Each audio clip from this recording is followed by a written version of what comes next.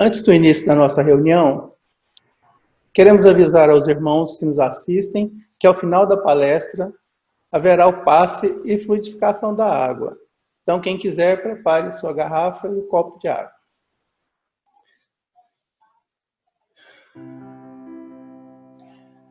Deus, nosso Pai, que sois todo poder e bondade, dai força àquele que passa por aprovação, dai luz àquele que procura a verdade. Onde no coração do homem, Pai, a compaixão e a caridade. Deus, Pai, ao viajor a estrela guia, ao aflito a consolação, ao doente o repouso. Pai, dai ao culpado arrependimento, ao espírito a verdade, a criança ao guia, ao órfão, Pai. Senhor, que a vossa bondade se estenda sobre tudo que criaste. Piedade, meu Deus, para aquele que não vos conhece, esperança para aqueles que sofrem. Que a vossa bondade permita aos espíritos consoladores derramarem por toda parte a paz, a esperança e a fé. Deus, um raio, uma faísca do vosso amor pode abrasar a terra. Deixai-nos beber na fonte dessa bondade fecunda e infinita. Todas as lágrimas secarão, todas as dores acalmar-se-ão. Um só coração, um só pensamento, há de subir até vós como um grito de reconhecimento e de amor. E assim como Moisés sobre a montanha, nós também vos esperamos com os braços abertos. Ó bondade, ó beleza, ó perfeição. E queremos de alguma sorte ser dignos de alcançar a vossa misericórdia. Deus, dai-nos a força de ajudar o progresso, fim de subirmos até vós. Dá-nos a caridade pura, dá-nos a fé, dá-nos a razão, dá-nos a simplicidade, que fará das nossas almas o espelho onde deve refletir a vossa pura e santa imagem. Mestre Jesus, vestiste a roupagem física e vieste até nós, mas nós o ignoramos. Trouxeste o teu evangelho, mas não o compreendemos, Senhor. Trouxeste o Consolador prometido através de Kardec, mas nós não o estudamos. Sempre foste, Senhor, o nosso modelo de amor, mas nós não o copiamos. Sempre foste o nosso guia, mas nós não o seguimos. Mas é porque não o conhecíamos, Senhor, como hoje te conhecemos. Por isso, rogamos a tua misericórdia nesse momento de angústia e de sofrimento. E assim, Senhor, confiando na vossa bondade, no vosso coração, e em nome de Irmã Sheila, nós queremos iniciar a nossa reunião da noite com o hino a Sheila, diretora espiritual do Centro Espírita Irmã Sheila. Que assim seja.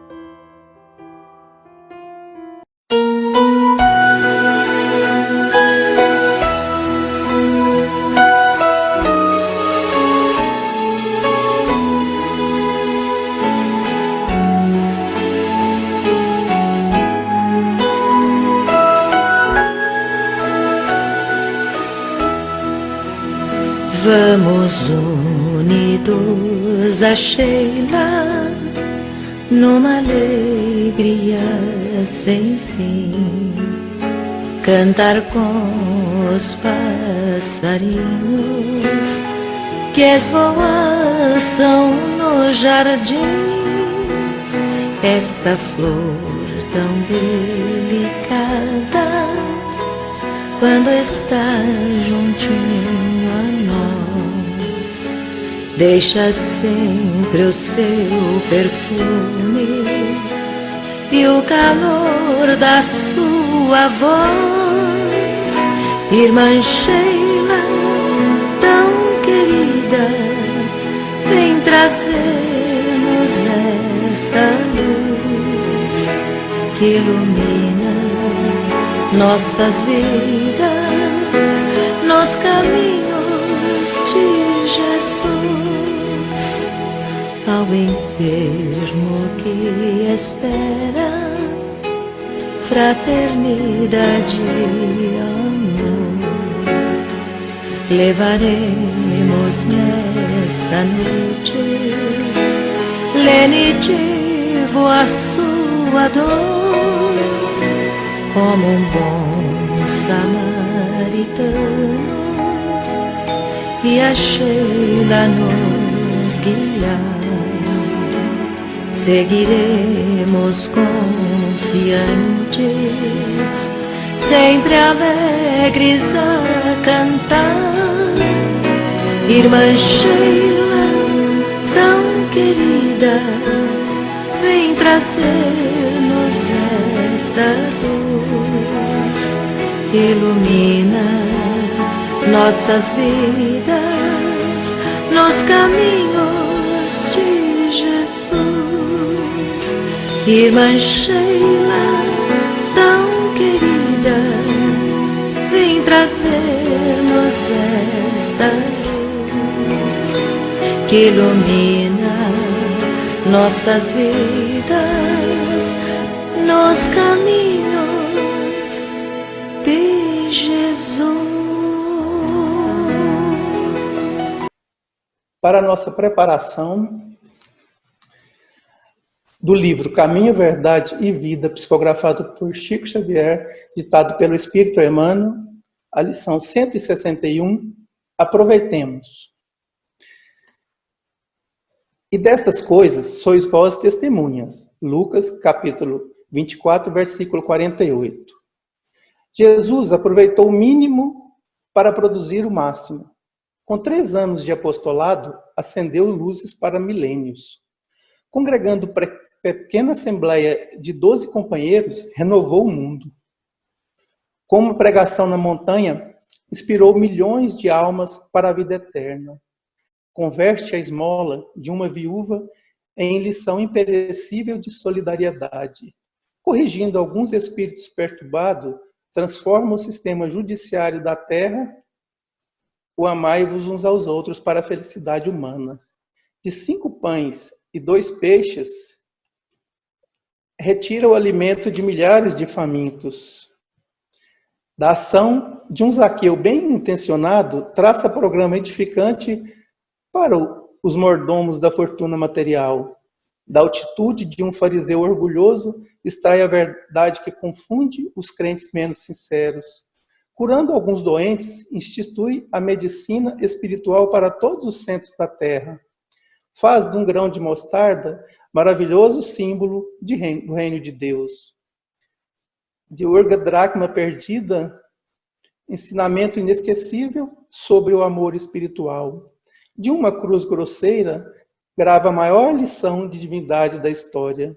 De tudo isso somos testemunhas em nossa condição de beneficiários. Em razão do nosso conhecimento, convém ouvirmos a nossa consciência. O que fazemos das bagatelas do nosso caminho? Estaremos aproveitando nossas oportunidades para fazer algo de bom?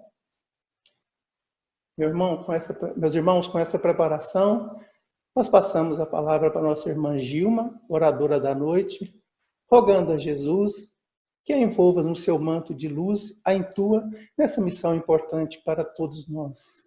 A todos os nossos irmãos, rogamos pensamentos de luz, pensamentos positivos.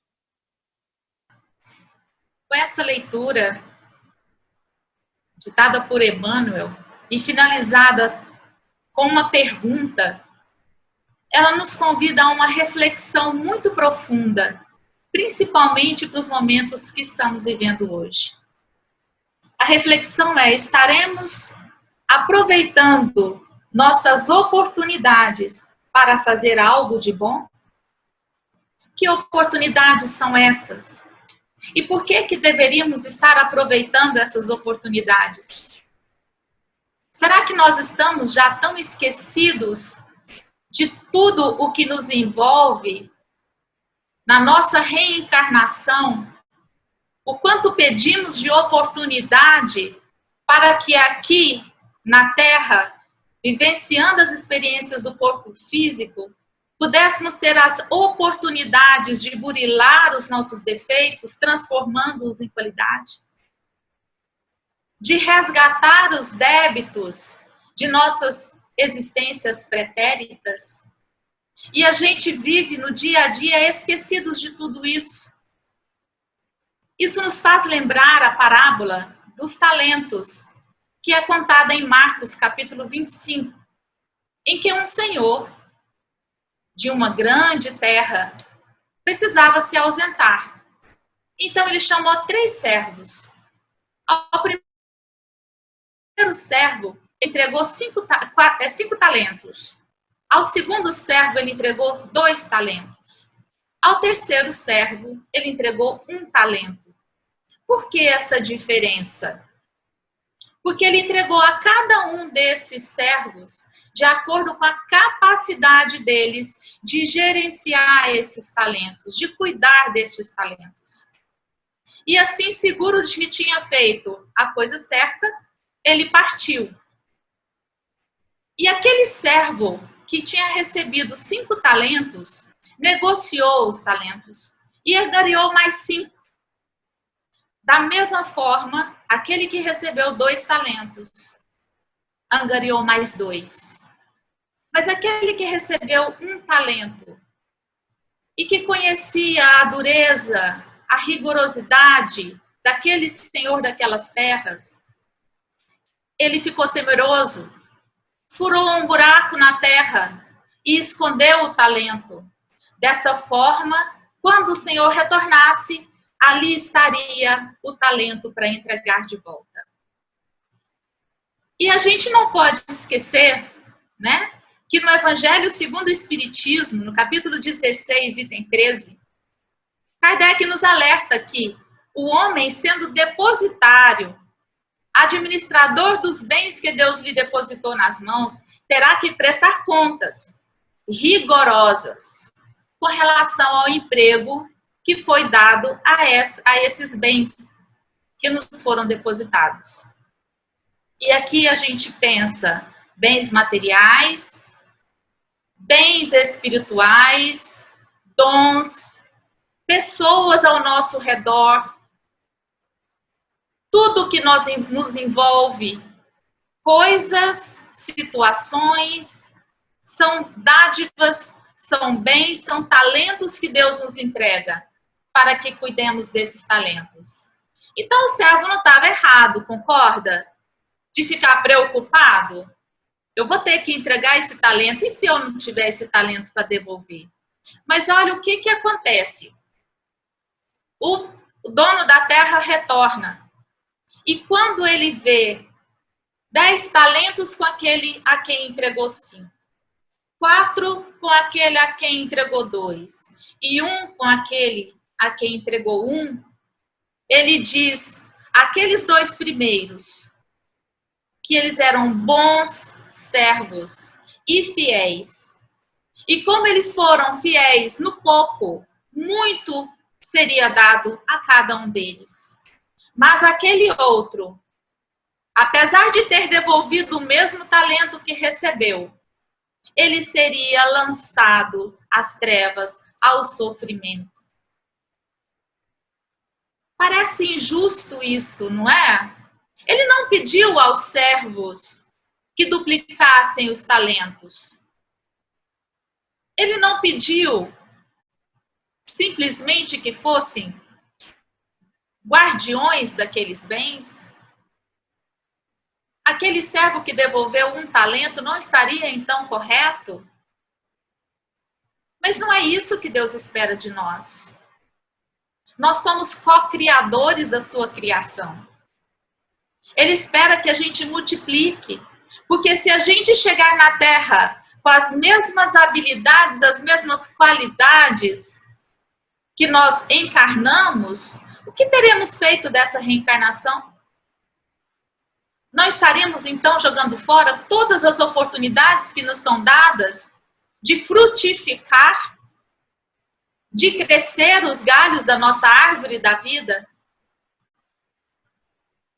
E aí, a justificativa do servo que entregou 1 disse, Senhor, eu conhecia-te, que és um homem duro, que ceifas onde não semeaste, e ajuntas onde não espalhaste, e atemorizado, escondi na terra o teu talento.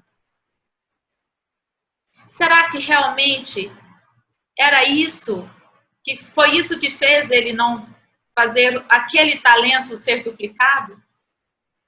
Ou será que foi a acomodação, escondida através da justificativa do medo de errar?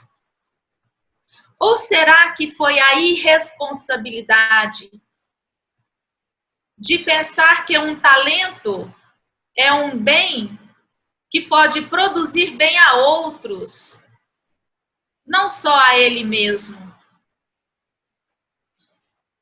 Então, nós temos que, no livro Pão Nosso, capítulo 66, Emmanuel também nos explica que, caminhando prudentemente pela simples boa vontade, a criatura avançará ao divino reino de luz. E no mesmo capítulo ele diz que, através da má vontade, o homem pode rolar indefinidamente ao precipício das trevas. Então, aquele servo que simplesmente guardou o talento, ele simplesmente lavou as mãos, né? Se desobrigou de qualquer coisa. Afinal de contas, o talento estava enterrado onde ninguém sabia onde estava seguro. E ele se desobrigou. Porém, esta má vontade, de acordo também com Emmanuel, no capítulo 67, ele explica que a má vontade gera um ciclo vicioso, em que a sombra gera a estagnação. Então, aquele medo, aquele temor de errar, ou até mesmo pelo nosso orgulho de não querer errar, não querer se expor, a gente se esconde e gera uma estagnação da nossa evolução espiritual. E isso é um mal, essa estagnação gera um mal, que vai gerar uma ociosidade. E na ociosidade, a gente sabe o que ocorre. A gente acaba se irritando mais facilmente, porque a gente acaba prestando atenção nos detalhes que não importam, mas naquele momento passa a ser importante. Então, isso vai gerando discórdia. A discórdia desperta o orgulho, que leva à vaidade, à paixão inferior, à indisciplina, à dureza de coração, à cegueira espiritual, e aí caímos no abismo. É essa a sequência que Emmanuel nos coloca quando a gente age com má vontade. Como a gente pode aplicar, nesse momento que nós estamos vivendo agora, essa questão da má vontade? Nós temos aí uma obrigação de estarmos reclusos em nossos lares.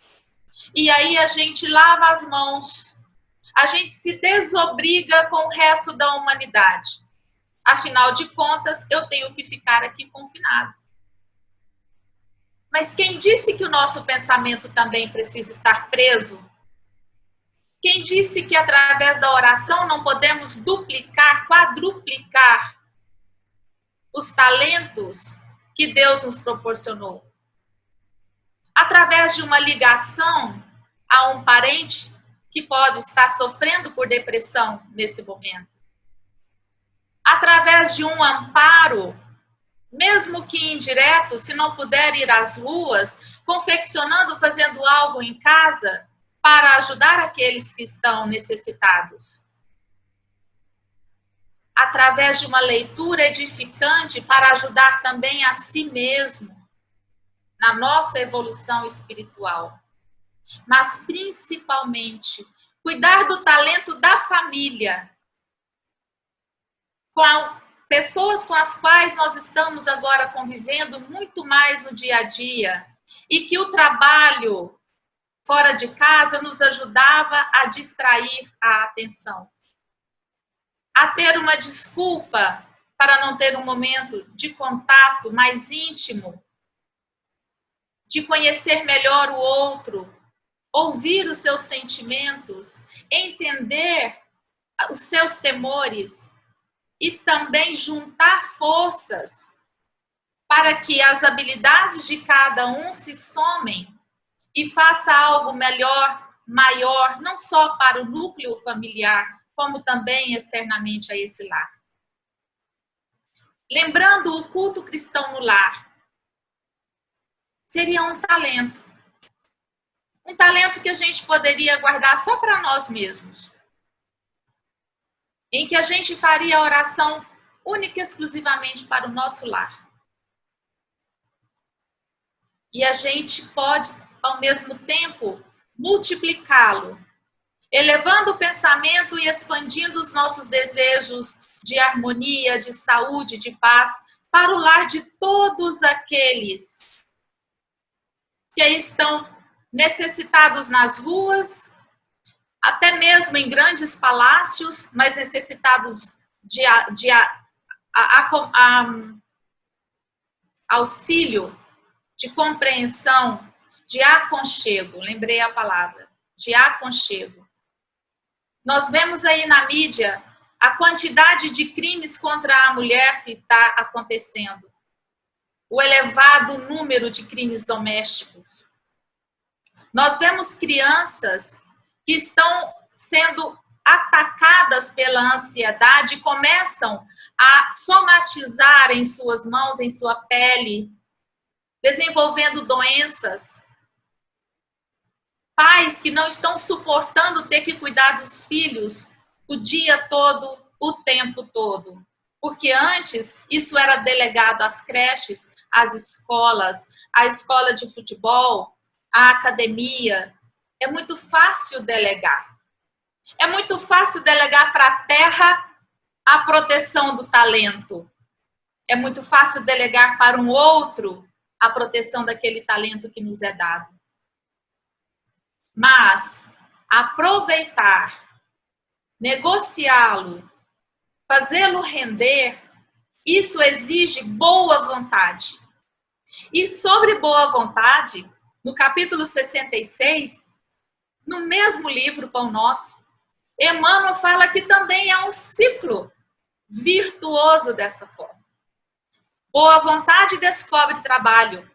Trabalho opera a renovação, que encontra o bem, que revela o serviço, o espírito de serviço, que alcança a compreensão, que leva à humildade, amor, renúncia, luz, aprimoramento, santificação do homem e o converte para que possa povoar o mundo de Deus.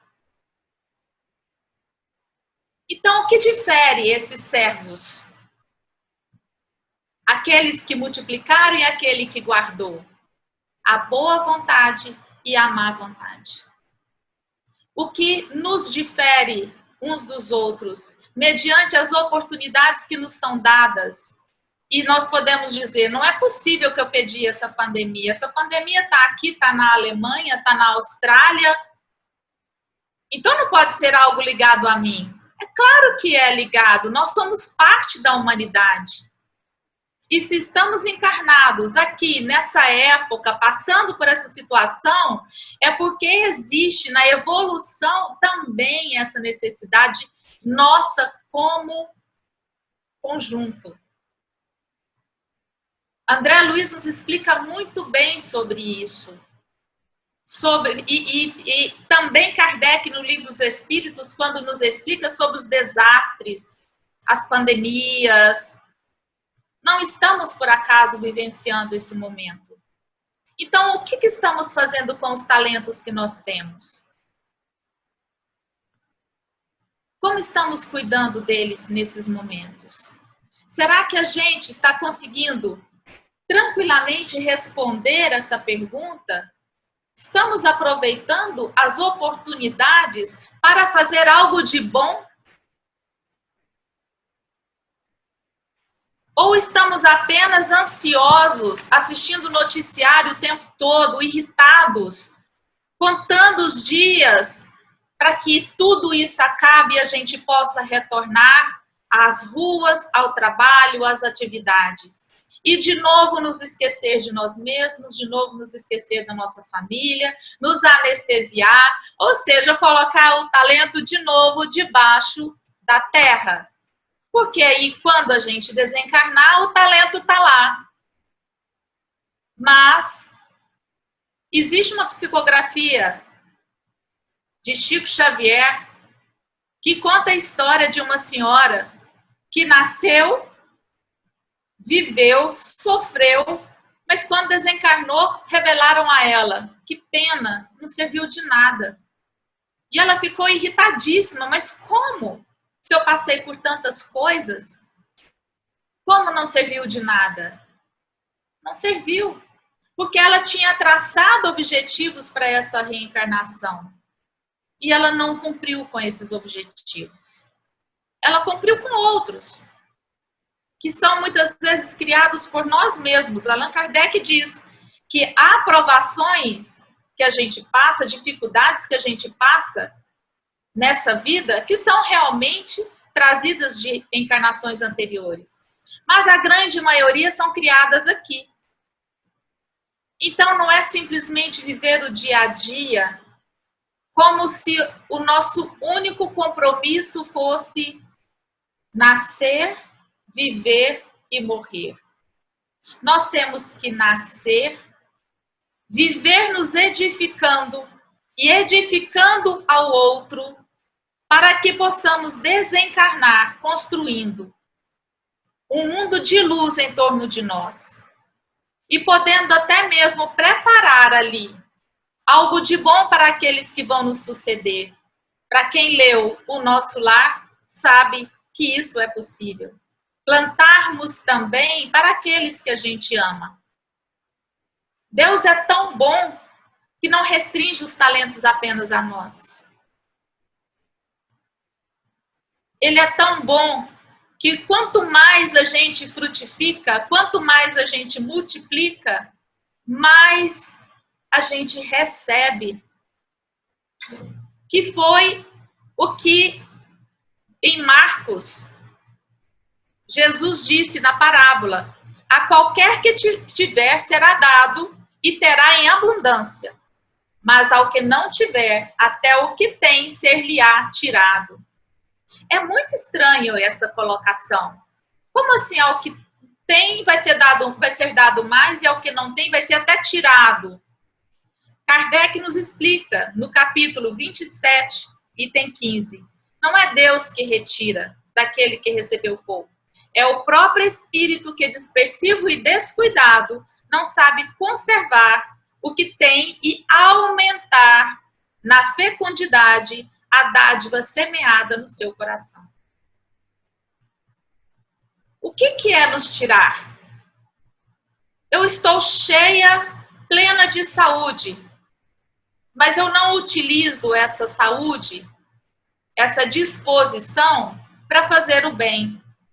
Eu utilizo apenas para angariar coisas materiais, para multiplicar o meu conforto próprio, para massagear o meu egoísmo e o meu orgulho. Aí o que acontece? Vem uma enfermidade. Tá aí. Deus retirando. Mas não retirando como um castigo, mas como uma bênção. Como mais uma oportunidade a nós de nos arrependermos, desenterrar este talento e podermos, então, merecermos o reino dos céus. Seguindo essa reflexão, como é que a gente faz para multiplicar os nossos talentos? Como eu consigo negociar algo? Em primeiro lugar, eu tenho que identificar o que eu tenho e disponibilizar este algo. Então, se eu tenho alegria em alguma coisa, disponibilizar essa alegria ao outro. Dentro de casa, muitas vezes, não somos tão engraçados como quando estamos com amigos fora de casa.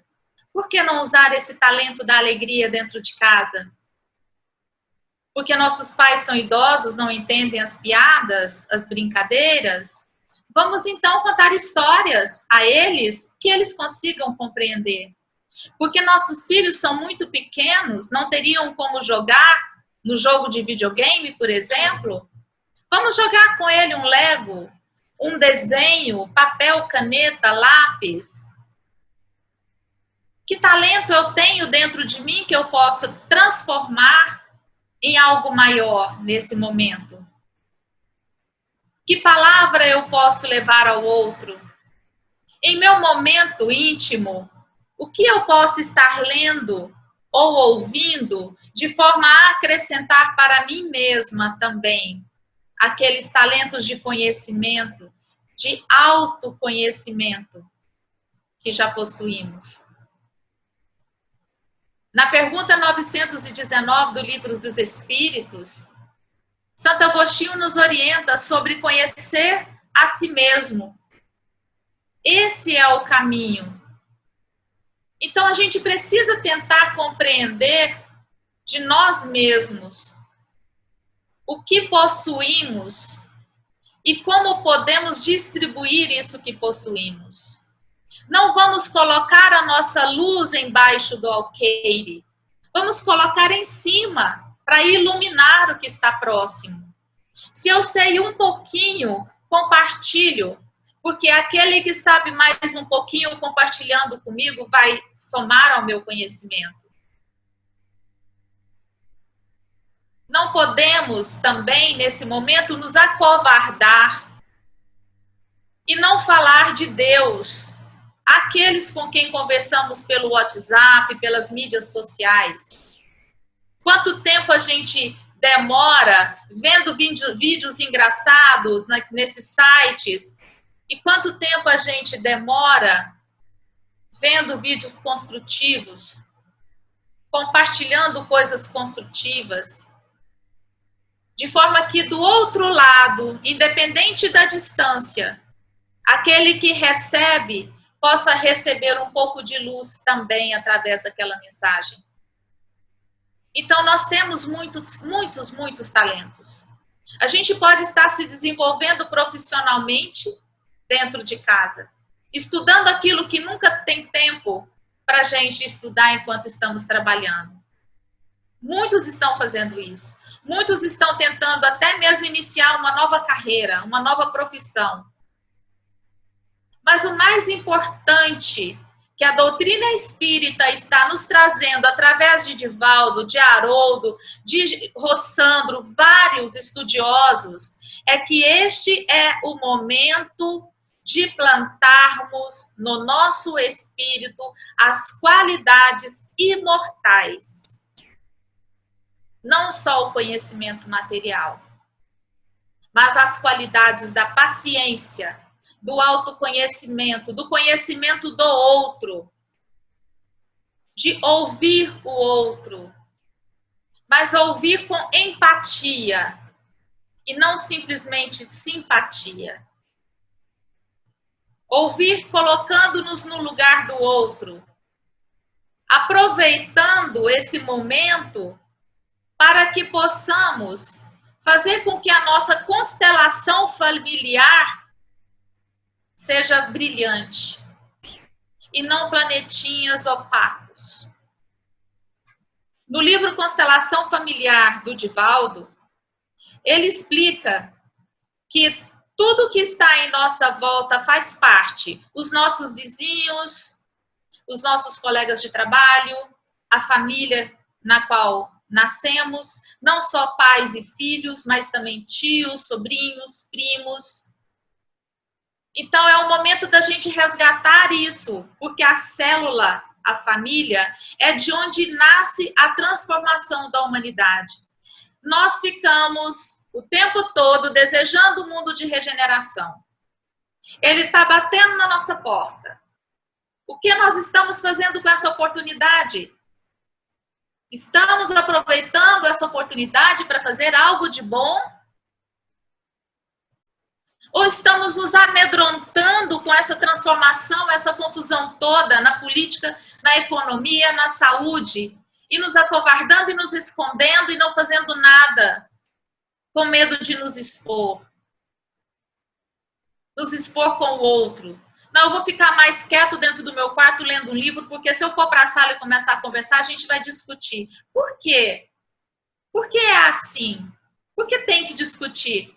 Porque não pode começar de nós a boa vontade, como disse Emmanuel no livro Pai e Pão Nosso, a boa vontade que vai gerando aquele ciclo virtuoso em que a gente então vai para a sala e conversa assuntos agradáveis e sai de lá sem sequer ter olhado para a tela da televisão. Porque uma boa conversa envolve muito mais do que uma novela, um noticiário na televisão. E nesse momento nós estamos fazendo multiplicar o talento da família, o talento do nosso relacionamento, porque é no núcleo familiar que nascem os nossos maiores desafetos, os nossos maiores desafios. E não esquecendo que o nosso maior desafio está em nós mesmos. O nosso maior desafeto está também em nós mesmos. Vamos tratar as nossas culpas nesse momento. Vamos procurar repensar a nossa vida até então e vamos pedir perdão àqueles a quem magoamos. Se a gente não consegue saber o que fez em outras encarnações, mas a gente consegue lembrar do que fizemos nessa encarnação. Vamos começar por ela. Tentando nos reconciliar com aqueles a quem ferimos. Tentando perdoar aqueles a quem nos sentimos feridos, por quem nos sentimos feridos. Não precisamos estar face a face com essas pessoas. Não podemos nos esquecer do poder do pensamento. Não precisamos, às vezes, nem verbalizar isso. Não precisamos dizer ao outro que o perdoamos. Basta perdoar. Não precisamos pedir perdão ao outro, porque às vezes ele já até faleceu. Mas pedir perdão em espírito, em pensamento, sinceramente, acreditando, com fé, que onde quer que essa pessoa esteja, encarnada ou desencarnada, vai receber essa mensagem. Porque há uma pleiade de espíritos benfeitores em torno de nós o tempo todo. No mínimo, o nosso anjo da guarda, para nos ajudar nesses momentos, para nos fortalecer. E quanto mais boa vontade, quanto mais talentos, mais receberemos. Mais espíritos afins, protetores teremos em torno de nós. Mais vamos estar resistentes ao mal. Isso é fazer multiplicar esses talentos. Isso é aproveitar a oportunidade. É não nos desleixar da vida. Joana de Ângeles, em vários livros, fala que não podemos ceder às horas, à ociosidade ou a atividades não construtivas. Porque isso nos custará muito caro depois. Porque a hora, o tempo, ele também é um talento. Nós não sabemos por quanto tempo ainda estaremos aqui. Cada um de nós, independente de nossas idades, independente da nossa saúde, independente da nossa condição financeira. Nunca sabemos. O tempo é um dos maiores talentos que Deus coloca em nossas mãos. O que estamos fazendo com ele? Desperdiçando? Ou tentando fazer com que 1 minuto valha por 3, por 4 ou mais? Na física quântica, a gente estuda a somatória das energias. E a gente percebe que, de fato, 1 mais 1 não dá 2. Porque a energia positiva de uma pessoa somada à energia positiva de outra pessoa potencializa muito mais. No livro Os Mensageiros, existe um capítulo em que André Luiz descreve um momento em que uma senhora vai fazer uma prece. E aí é solicitado que todos acompanhem a prece dela. As palavras que ela vai dizendo durante a prece. E o mentor de André Luiz explica e demonstra para ele a força que esses pensamentos conjugados tomam. Fazendo com que essa energia seja muito mais potencializada do que o pensamento positivo de cada um individualmente. Então vamos nos juntar, vamos nos unir, fortalecendo dentro do nosso lar essa energia positiva para se expandir. Porque o Evangelho segundo o Espiritismo nos explica que é na célula da família que começa a transformação da humanidade. Repito isso. E se é na célula da família e é nela que nós estamos agora, o que estamos fazendo dessa oportunidade? E se desejamos tanto o mundo de regeneração, e o mundo de regeneração começa exatamente pelas células familiares, o que estamos fazendo dessa oportunidade? O que estamos fazendo do talento que Deus nos deu de sermos co-criadores da sua criação? Co-criadores do mundo de regeneração. Queremos estar lá. E para estarmos lá, precisamos caminhar. A ociosidade, a má vontade, como descrito por Emmanuel no livro Pão Nosso, capítulo 67, deixa claro que a gente vai cada vez mais entrando em círculos viciosos e cada vez mais vai ser difícil a gente fazer algo diferente.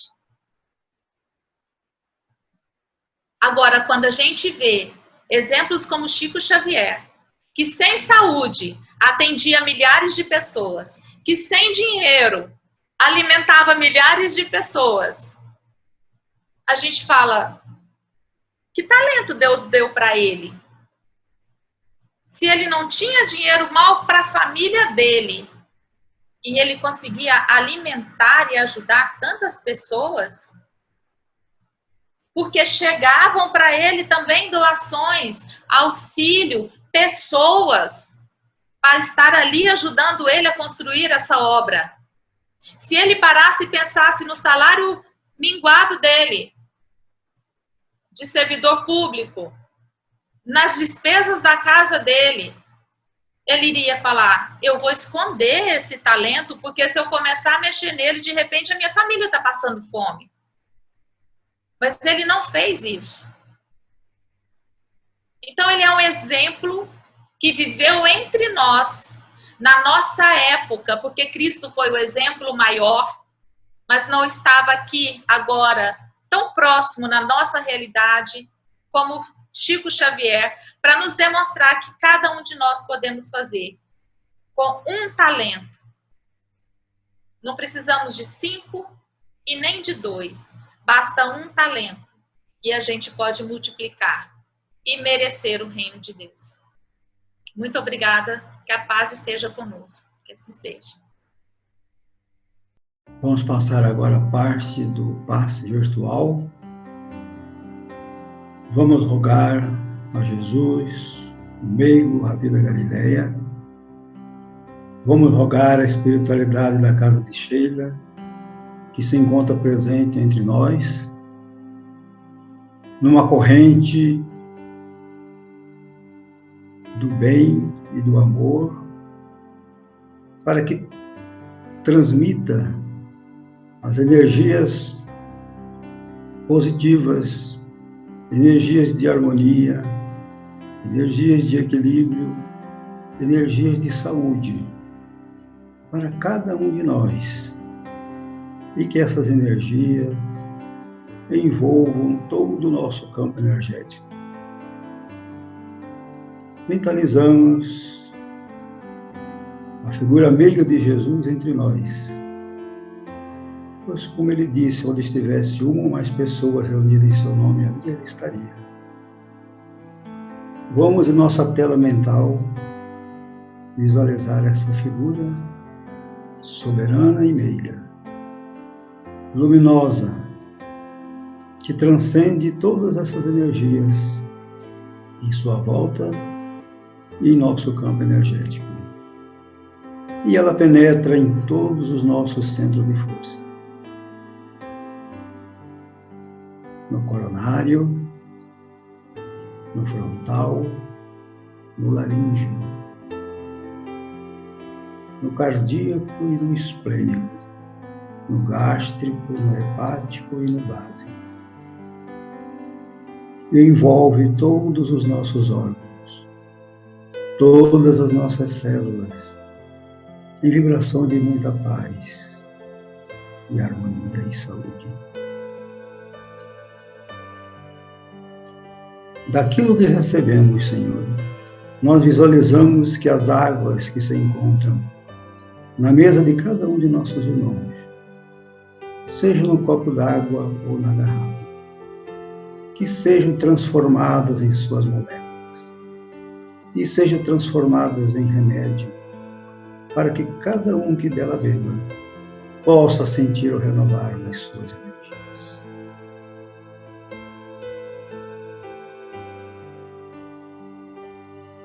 E assim, Senhor Jesus, agradecidos por essa oportunidade de estarmos em conjunto com os vossos emissários, trabalhadores da Casa de Sheila,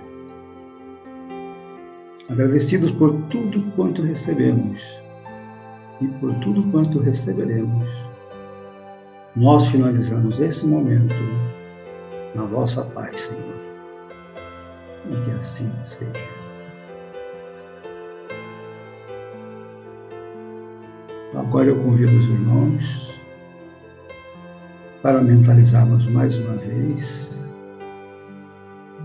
a nossa irmã Sheila, diretora da casa a qual frequentamos, para num só pensamento agradecer pela oportunidade de podermos vibrar em conjunto, pelo recebimento das palavras instrutivas da nossa irmã oradora, para agradecermos a presença desses emissários, que estão sempre a postos para nos ajudar, e pedir a permissão para encerrar a reunião desta noite, na vossa santa e doce paz, Senhor. E que assim seja.